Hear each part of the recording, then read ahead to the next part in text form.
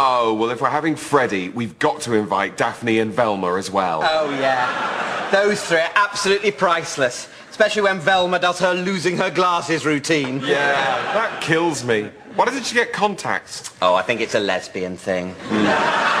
Oh, I've just had a thought. What? Well, if we invite Freddy, Daphne and Velma, there's a chance they'll bring that other one.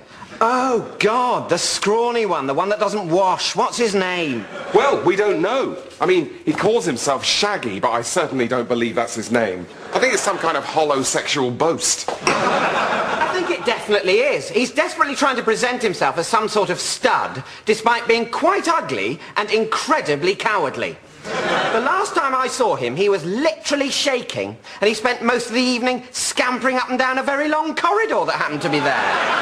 Well, that's certainly no way to make people have sex with you. But maybe we're being harsh on him. I mean, he's so thin and he's always shaking. He's probably in the throes of some gritty smack battle. Let's ask him along. Yeah, I mean, how much harm can he do? Although... What? Well, there's a chance, just a small one, that he might bring his dog. Oh, not his bloody dog. He won't bring his dog. People don't bring their dogs to parties. Shaggy does. If anyone is going to bring a dog to anything, he is going to bring his dog to this. He treats that dog like it's a person. It's creepy.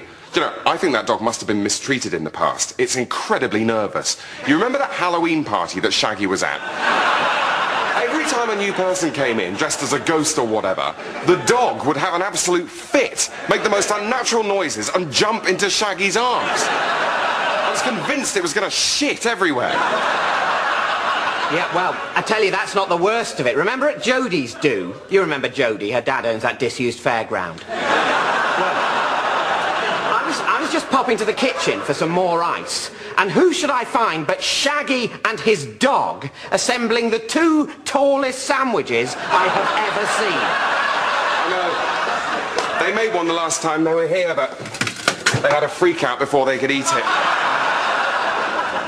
I think it's cruel to make a dog eat that.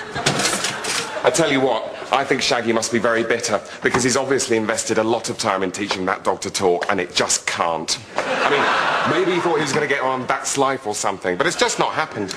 Yes, which is a pity, really, because, of course, the dog's nephew, also a dog, a little puppy, actually talks very well.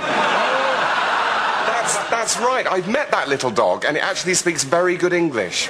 It's also quite a lot braver, if a little impetuous. It is a bit impetuous, yes, but I think you've got to forgive that of a talking dog. Yes, I think you do. I think you do.